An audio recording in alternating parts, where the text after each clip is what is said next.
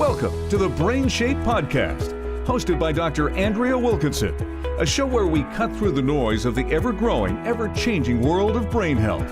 What works and what doesn't, what's fact and what's fiction. We look at tips, tools, and techniques backed up by real scientific studies to help you keep your brain healthy and hopefully have some fun along the way. Now, here's your host, Dr. Andrea Wilkinson.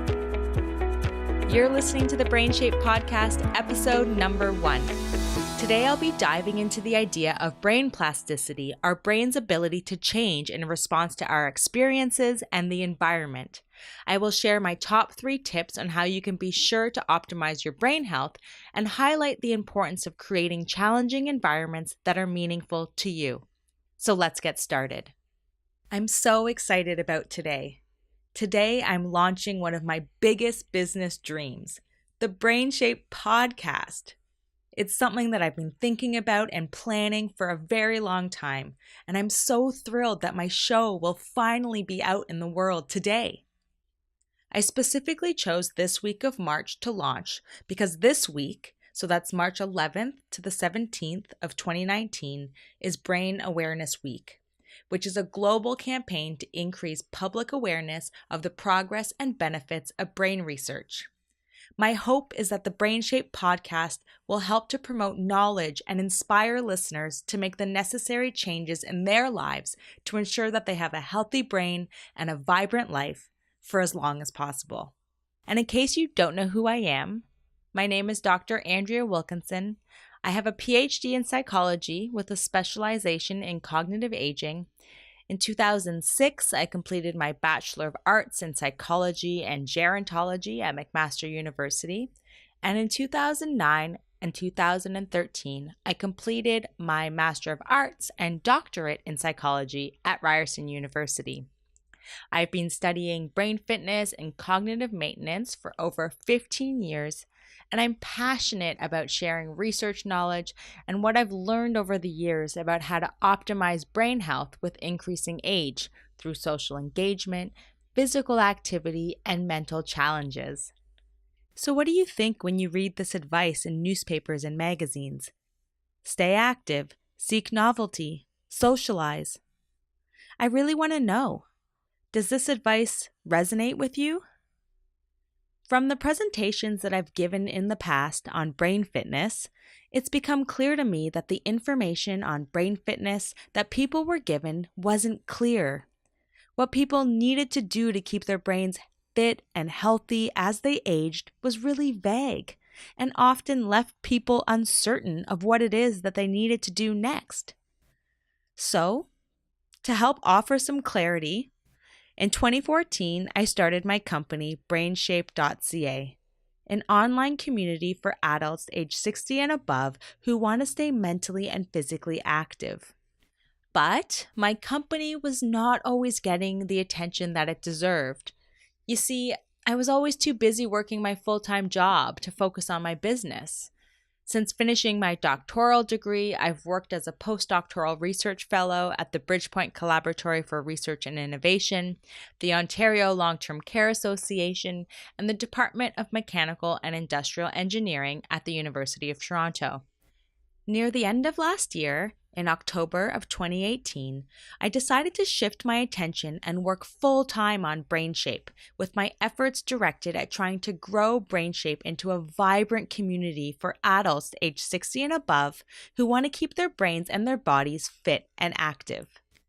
I'm so excited to share information with you about brain health and aging well. And we all know there's a lot of information out there, but there's also a lack of clarity. The general literature on the topic of brain fitness that you see in magazines or newspapers is vague at best. Do puzzles, like crosswords, for example, socialize, read, seek novelty. But what's missing is information on how to personalize our approach to brain fitness. How can we begin to carve out individual plans to maintain our brain health? We're not all the same. What my dad needs to do to keep his brain fit and challenged is completely different from what my mom needs to do. One of the main goals of this podcast is to share with you, the listeners, valuable information coming from academic literature and experts, and empower you with the tools to make choices and take action that will help you keep your brain healthy for as long as possible.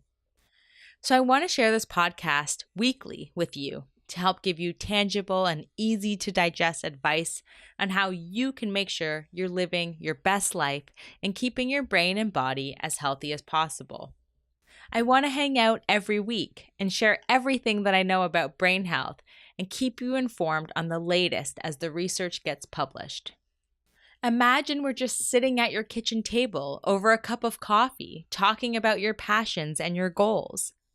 It is your aspirations and interests that should form the backbone of your brain health journey, and that is what I hope to bring to the table for you. Information and inspiration on how to live your best life doing the things that you love with the people that you love. It's going to be absolutely fantastic. So the BrainShape Podcast is going to be a weekly show, and I want it to feel very conversational. I'll be doing some of the episodes solo, like this one here, and it might be one-sided, but imagine I'm having a conversation with you. I'll just be talking about a certain topic and sharing everything that I know. But I'm also going to be bringing on guests who have a different set of expertise than I have and who can share their knowledge with you. So for the interview-style episodes, I want it to feel like you're sitting in on an amazing conversation that I'm having with a variety of different people on topics that relate to brain health, like physical fitness and how to eat foods that fuel your brain. I want these conversations to be packed with value. When you show up, I want you to walk away with tangible takeaways that you can apply to your life right away.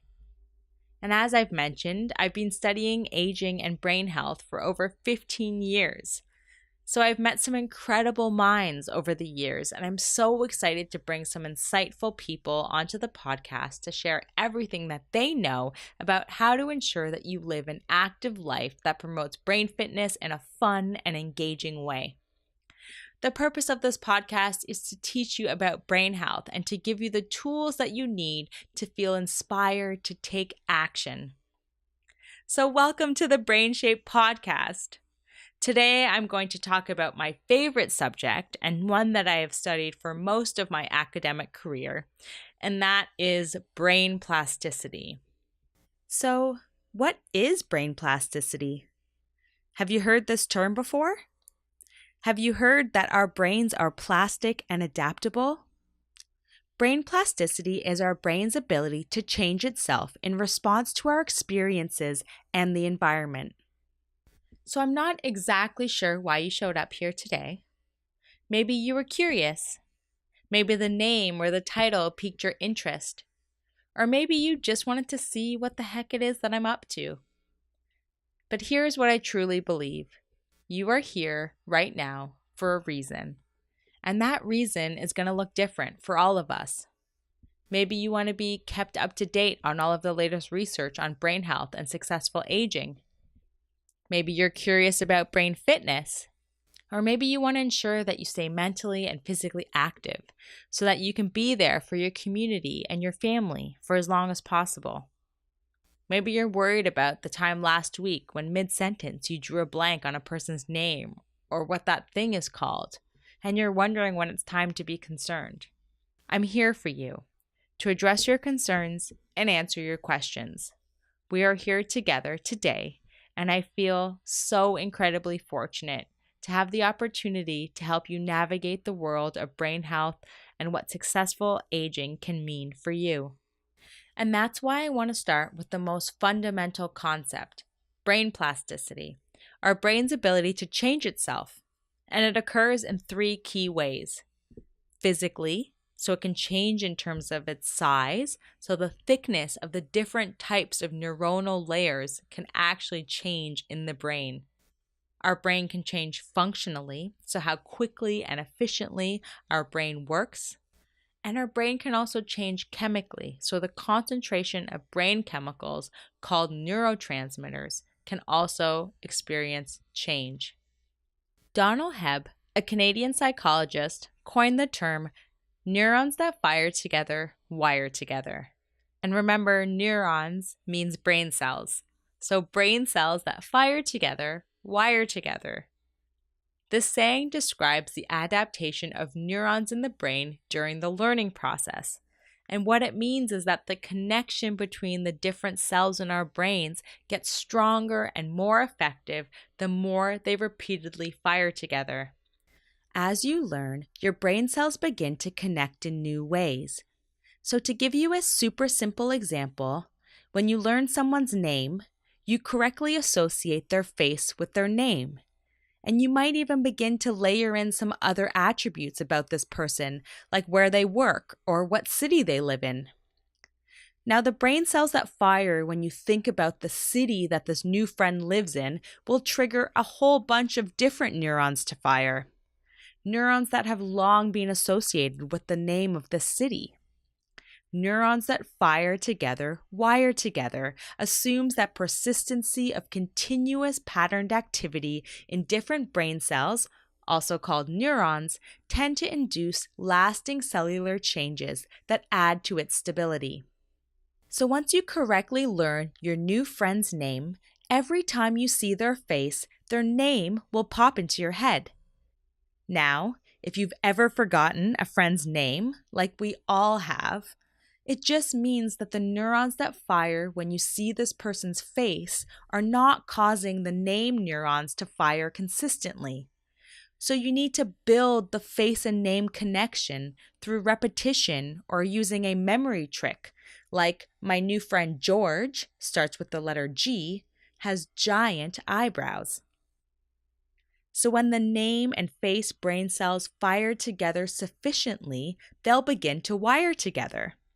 And this can result in the growth of new cells or changes in how fast electrical impulses pass from the face neurons to the name neurons, which will aid efficiency in recalling George's name when you see his face. And this is why an action or a piece of knowledge is easier to execute or recall after it's been practiced or learned well. Some argue that this view of neuroplasticity is oversimplified, but I think it's a useful one to help us understand how the connections between our brain cells change in response to experiences. Neuroplasticity works under the same conditions as physical exercise does for the body. A single strength building class or one run is not going to make much of a difference.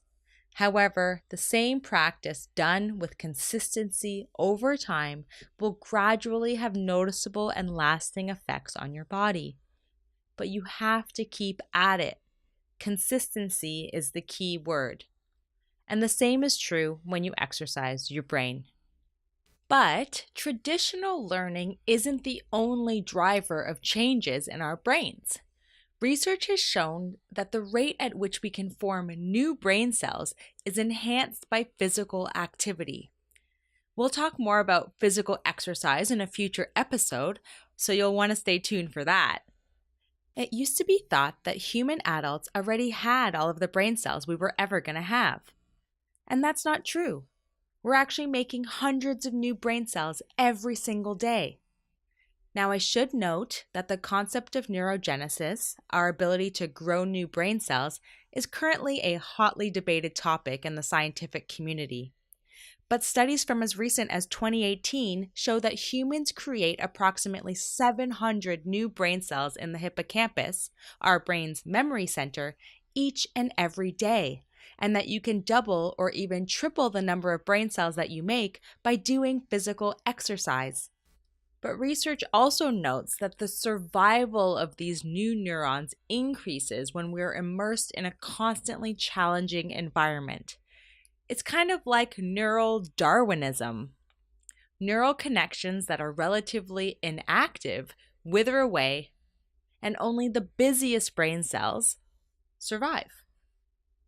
So it isn't just a matter of making new brain cells, you need to use them consistently and persistently for them to stick around. Use it or lose it. So what else helps to promote brain changes? Sleep.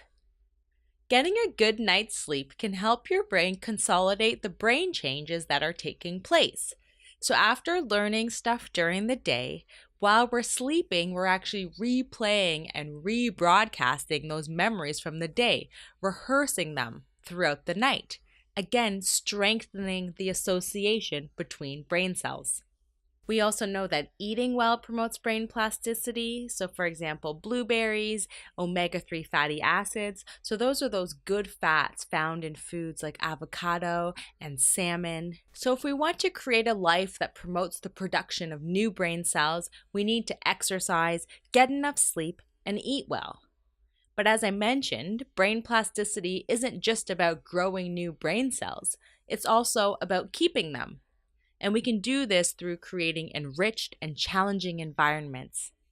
So just like you can build muscle in the gym through consistent and increasingly challenging physical activity, you can change your brain by challenging yourself through novel experiences and learning, which ultimately creates new connections between existing brain cells.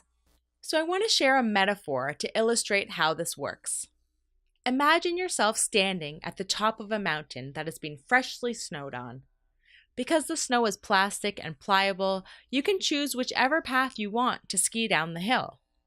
Now, there's not an infinite number of different paths to choose from because there are trees and rocks, and maybe one path is better than another because it has more sun or a better view.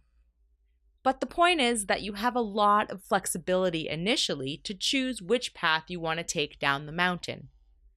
So you pick one and you go down the mountain. Now, if you like the run that you chose, all else being equal, your next run will be fairly close to the first one. And then you will start to develop tracks and grooves. And if you keep it up, you will develop a rut, and it will become very, very difficult to get out of that rut. And this is exactly how we engage in various mental activities. We all develop a specific way of thinking about and approaching a task, which eventually becomes so reinforced that this preferred approach is enacted quickly and easily. So it would take a lot of mental effort to try to think about and complete this task in a different way than what you're accustomed to. But if you do expend that extra effort, you can get out of that groove and create a new way of thinking and learning. Changes in learning and thought, if repeated, triggers changes in the structure of the brain cells and how they function. You can even create completely new connections in your brain, which is remarkable. And this is brain plasticity, the brain's ability to change itself. So to reiterate, we can encourage the growth of new brain cells by exercising, getting enough sleep, and eating well. But we also need to submerge ourselves in challenging environments that are rich with new experiences and novel ways of thinking. What's missing from the current conversation on brain health and fitness is that what we need to create an enriched and challenging environment is unique for all of us. What I need to do to keep my brain fit and challenged is completely different from what you need to do.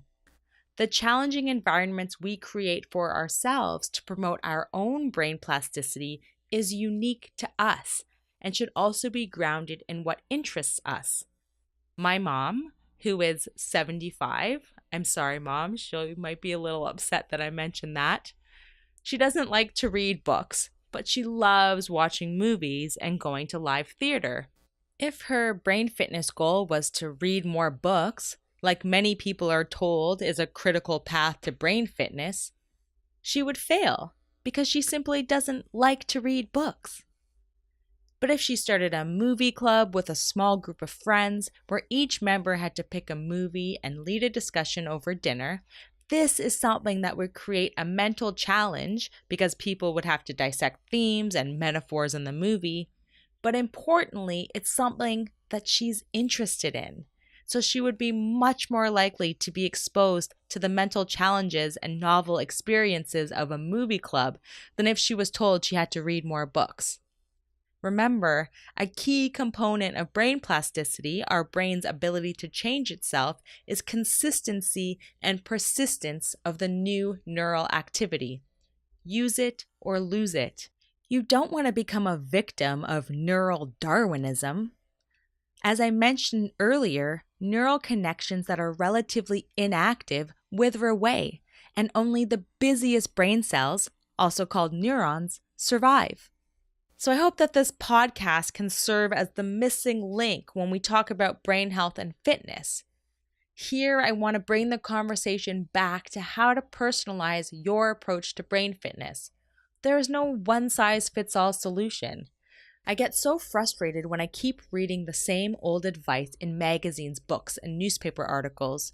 Do a crossword or Sudoku, learn a new language, play an instrument, seek novelty. It isn't that this list is wrong. It's just that it isn't considering who the person is that is trying to exercise their brain. If I don't play musical instruments and I have no interest in learning to play an instrument, this is not my path to brain fitness. What's more, some of the items, like seek novelty, is too vague. I've never gone ice fishing before. Will this help me keep my brain fit? There isn't a laundry list of ways to keep your mind engaged and stimulated. We have to start thinking about requirements to achieve brain health and fitness from a person-centered approach. How can we begin to carve out individual plans to maintain our brain health? My hope is that this podcast will provide you with the knowledge and tools that you need to take the appropriate action for you. I hope that it will inspire you and empower you to make the right choices that will help keep you and your brain healthy for as long as possible. What are the best approaches to mentally challenge ourselves? Stick with this podcast to find out. To learn more about me, Dr. Andrea Wilkinson, you can head to the BrainShape website at www.brainshape.ca/about. All the information about this episode can be found back on our website at brainshape.ca/episode 1. Thank you so much for tuning in. I hope that this introduction to brain plasticity and brain fitness was as fascinating to you as it is to me, and I really hope that it gave you some clarity on what is required to help create lasting changes in how our brains function.